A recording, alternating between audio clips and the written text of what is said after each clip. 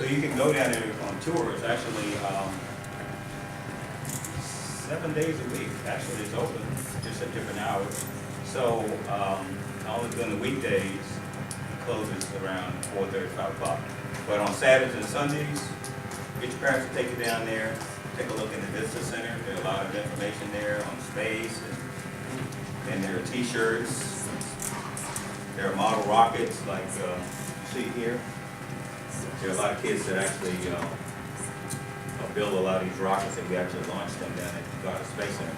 I try to launch them here, but every time I launch, I end up losing some. So I have to build new ones. Every time I come, I end up building new ones.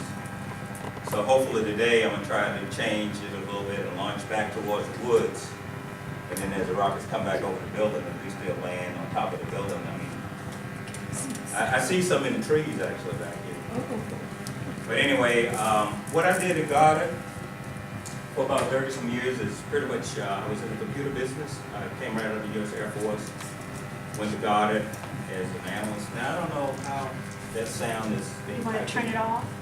I don't know how you turn that off. I have my own speaker, but I'm not sure how that. Is that what it is? Ta-da! Hey, that makes a big difference. And while I was in the Air Force, I actually worked on computers, early computers called the UNIVAC. The UNIVAC 1050-2. As I got that experience, then when I came out of the Air Force, I landed a job at Goddard. From there, I went on back to school, got a bachelor's, master's degree, master's in systems management, and worked on a lot of satellite missions, mostly unmanned missions.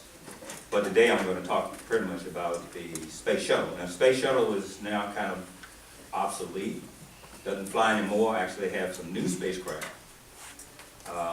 being developed, and it's pretty much commercial right now. In other words, the private sector are building spacecraft, and they're launching spacecraft. NASA actually paying the private contractors to launch the spacecraft, to go up, to pick astronauts up, to take up supplies to the ones on the space station. And right now, the only ones who are cleared to actually take supplies and pick up astronauts officially are the Russians. And if you know anything about the current environment, we're having some trouble with Russia. So it always puts us at risk when we have to rely on some other country to take care of our space program.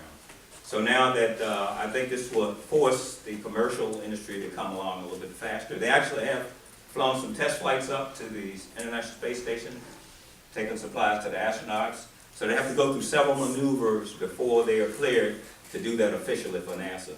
It's coming pretty fast. And then they got another organization, I think it's Lockheed or Boeing. I worked for Lockheed years ago, but Lockheed actually, I think is building the spacecraft that's going to take the orbiter that can fly outside of Earth's atmosphere, maybe all the way to Mars. So there's a two-pronged approach. We got spacecraft now being developed commercially that can go up and supply the International Space Station, because we have astronauts up there 24 hours a day, 7 days a week. So we have to be able to supply them and get them in case of emergency, we have to bring them back home.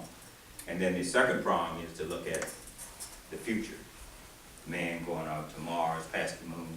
So the technology that we had back in the 70s that we developed to get us to the moon, now, as I got to Goddard in 1969, I got there in May of '69. By July of '69, they had the first man to walk on the moon. After that, by the time we hit the mid-'70s, at the end of the '70s, they dismantled all of that technology. And so now to go back to the moon, we got to redevelop. It's pretty much the same basic technology. And then from there, I think the mission is to go out and maybe go to an asteroid, or eventually go out to Mars and some of the outer planets. But that's going to be a few years down the road. We've got so many other issues here on Earth that we have to deal with. So this is called Space Basics. This is the basics of how you get into space, how you stay in space, and how you get back to Earth, using the space shuttle, which is now obsolete. So I'm just saying, I'm telling you, this is how we did it up until I think the summer of 2011 was the last flight. Actually, I started last mission. I was then at the Space Center to see the launch of the last mission into space. Okay, so I'm gonna talk a little because the principles of what happens here are the same principles whenever you're going outside Earth's orbit into outer space. Okay, so let me just play this. This will take maybe 15 minutes or so, and then we're going outside and launch